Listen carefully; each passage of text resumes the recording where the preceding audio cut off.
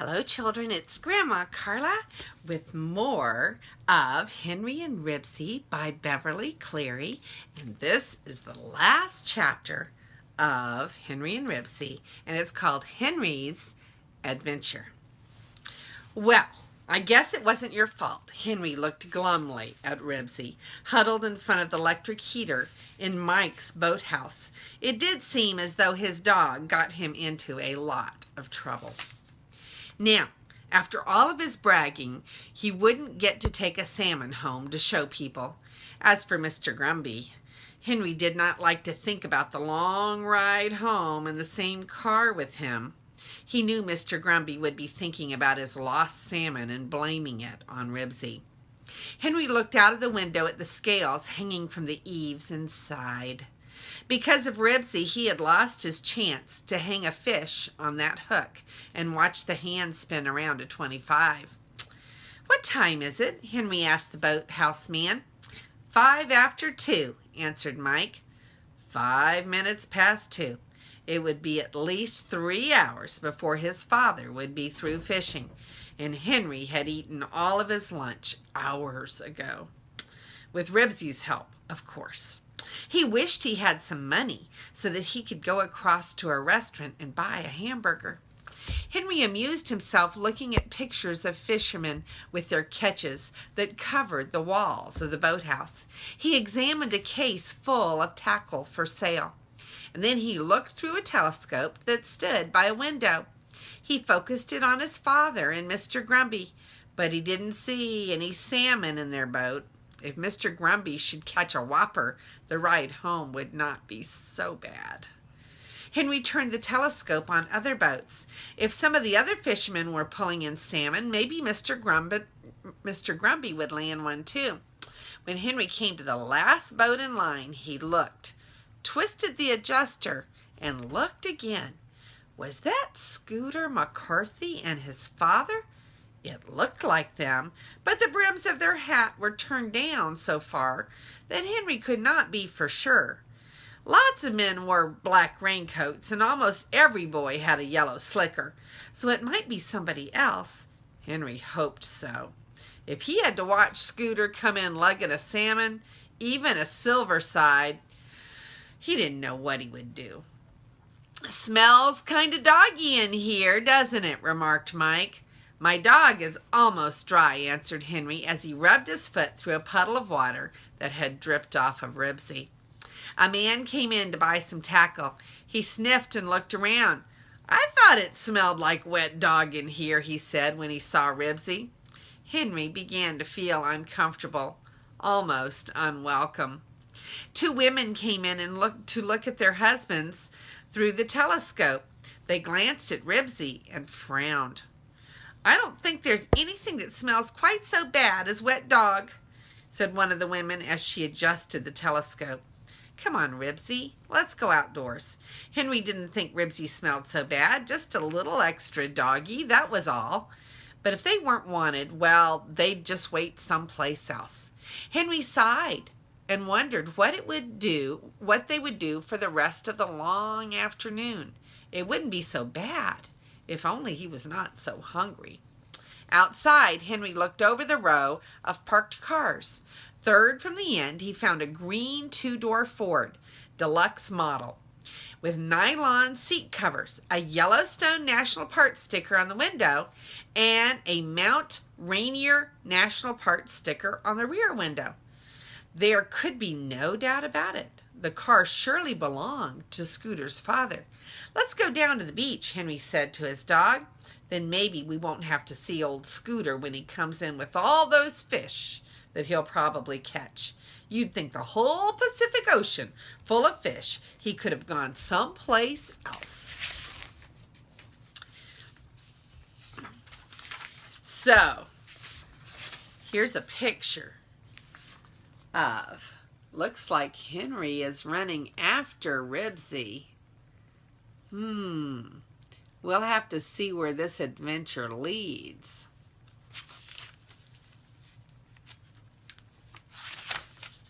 The rain had stopped and the wind blew ragged clouds across the blue sky. Henry and his dog followed a sandy road that wound through piles of driftwood, logs and stumps, boards and boxes, all bleached gray by the sea, until they came to a hard, wet sand along the breakers. Henry looked at the people fishing from the sandbars and then wandered along the beach. He threw sticks into the breakers to see them carried up on the sand and then get sucked back into the ocean by the undertow. He picked up a few shells and examined a jellyfish lying on the sand, and all the time he was thinking about the salmon that he would not catch and wondering how he could face Mr. Grumpy on the way home. "Come on, Ribsy, race you," Henry called above the roar of the surf. Ribsy stopped trying to chase seagulls. Leaving a border of paw prints along the edge of the waves, he ran up the beach ahead of Henry. Henry began to enjoy himself. He made a game of seeing how close to the water he could run without letting the waves touch his shoes. Gradually, the sun sank toward the ocean, and Henry knew that it would not be long before his father and Mr. Grumpy were done with fishing for the day. He decided it was time to start back to the boathouse. "Here, Ribsy," he called. Ribsy paid no attention. He was barking furiously at something that Henry could not see. "What's the matter with him?" Henry wondered. "He's sure excited about something. Must be another jellyfish. Maybe I better go look at it." Ribsy was standing at the edge of a small stream. When Henry got there, he looked into the stream to see what was making the dog bark. Then he stopped in his tracks and stared. It wasn't true. It couldn't be. But there it was. In the shallow water at Henry's feet, an enormous Chinook salmon was trying to fight its way upstream. "Wow!" exclaimed Henry, as he watched the salmon struggle to swim in water that barely covered its silver body. The fish was so close he could see the pattern of its scales and the needle-sharp teeth in its mouth. "I bet he took a wrong turn," thought Henry. "I bet he thinks this is the river. Oh, why did I leave my tackle in the boat? Why didn't I bring it with me?" The weary salmon rested, and the current of the stream carried it back toward the ocean. Then it started fighting its way upstream again. "I've got to get him," thought Henry.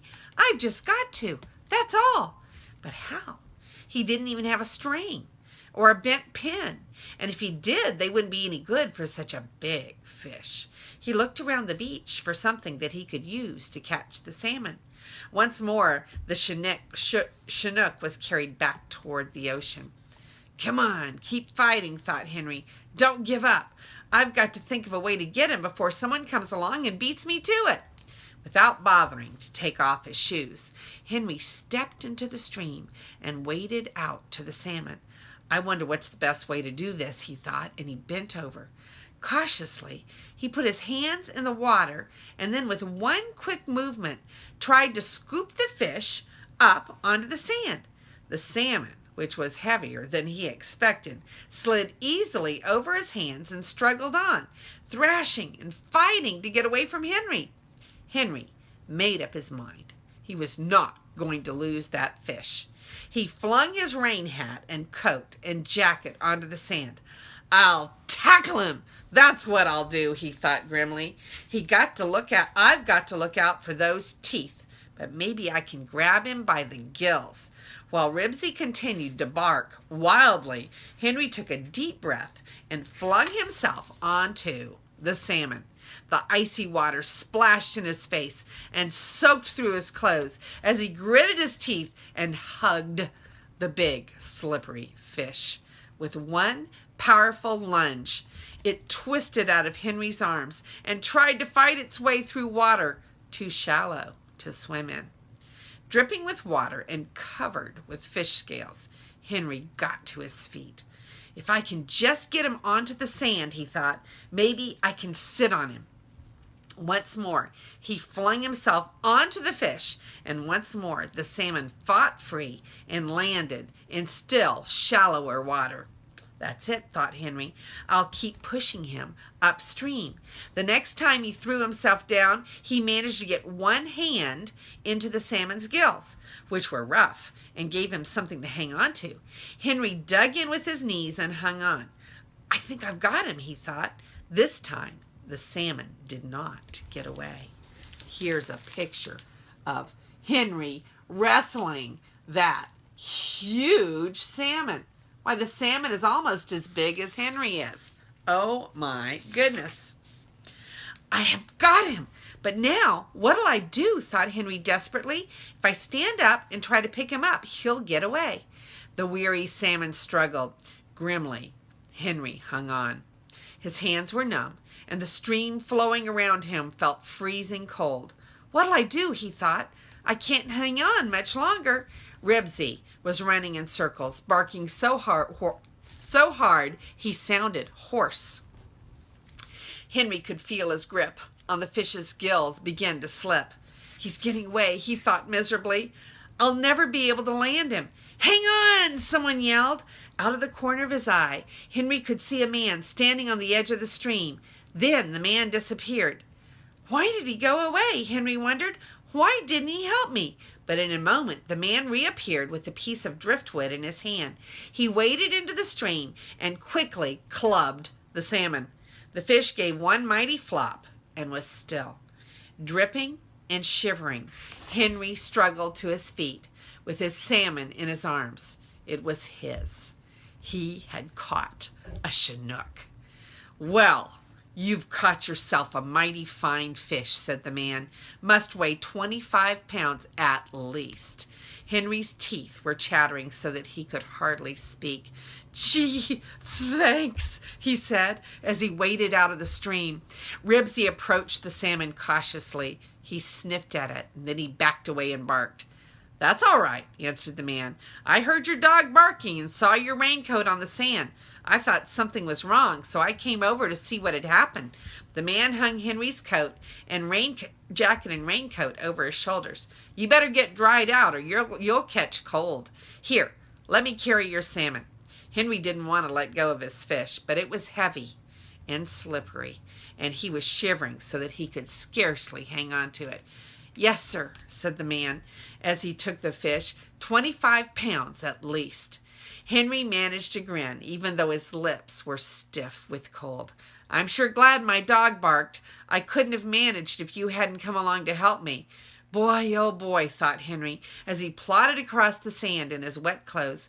Wait till the kids at home see my fish. Wait till Scooter McCarthy sees it. As he neared the boathouse, Henry could hear the sound of motors and knew the fishermen were coming in from the river.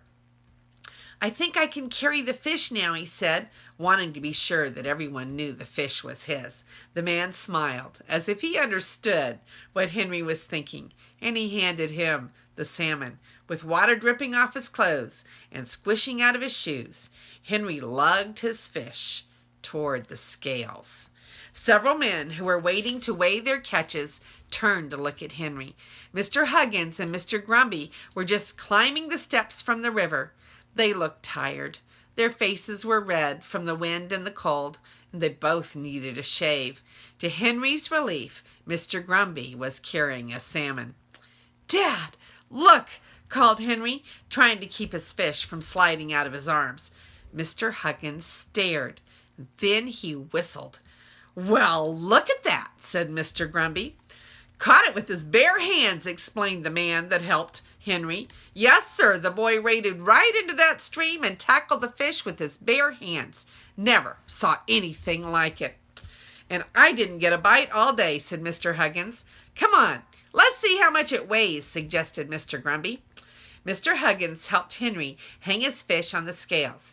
Henry held his breath until the hands spun around and stopped at 29 pounds. Wow, said Henry in a hushed voice. Ribsy ran around the fish, barking. All the fishermen began to talk at once. Wait a minute till I get my camera out of the car, said Mr. Huggins. I want a picture of this. Henry stood proudly beside his catch while the man who had helped him told the story of how he caught the salmon all over again to the men who had just returned from the river. Then Henry saw Mr. McCarthy and Scooter getting out of the boat at the foot of the steps. He noticed that Mr. McCarthy carried 2 silver-side salmon. Scooter carried a lunchbox. Henry tried to look casual as Scooter and his father climbed the steps. "Hi, Scoot," he called as Mr. Huggins returned with the camera. "Stand close to the fish," said Mr. Huggins. He did not need to see Henry to tell Henry to smile. Here's a picture of Henry getting his picture with his huge salmon, his Chinook salmon that is like almost as big as he is. Definitely bigger than Ribsy, isn't he? Henry grabbed Ribsy and made him stand at his feet. "If Ribsy hadn't barked at the salmon, I wouldn't have seen it," he explained. Ribsy kept his eye on the salmon and growled deep in his throat. "Did you catch that fish?" demanded Scooter as the camera clicked. "Sure," said Henry. "With his bare hands," put in the man who had helped Henry. "Never saw anything like it. Just waded in and tackled it with his bare hands." "How do you like that?" muttered Scooter. "A Chinook." "Come on, Henry," said Mr. Huggins as he lifted the salmon off the hook. "You'd better get out of those wet clothes and wrap up in the auto robe." "Okay, Dad. So long, Scooter. See you around," Henry called as he started toward the car. He felt sorry for Scooter standing there with his lunchbox in his hand. It must be tough to fish all day long and not catch anything. Barking at the salmon, Ribsy trotted after Mr. Huggins. "Good old Ribsy," said Henry, and then he began to sing at the top of his voice. "Woofy's dog food is the best, contains more meat than all the rest. So buy your dog a can today and watch it chase his blues away. Woof, woof, woof, woofies!" Here's a picture of Henry and the fish and Mr. Huggins, and there's Ribsy. And they are walking off after a big adventure. And that is the end of Henry and Ribsy. And I want you to go on and find more books by Beverly Cleary because she is just an amazing author. And she has a long string of books. And she also has a website that you can go on. And if you go click on her website, there's some books that you can download for free. So that's a good challenge for you. Go and learn more about Beverly Cleary, the amazing author of Henry and Ribsy. And this is Grandma Carla, and I love you.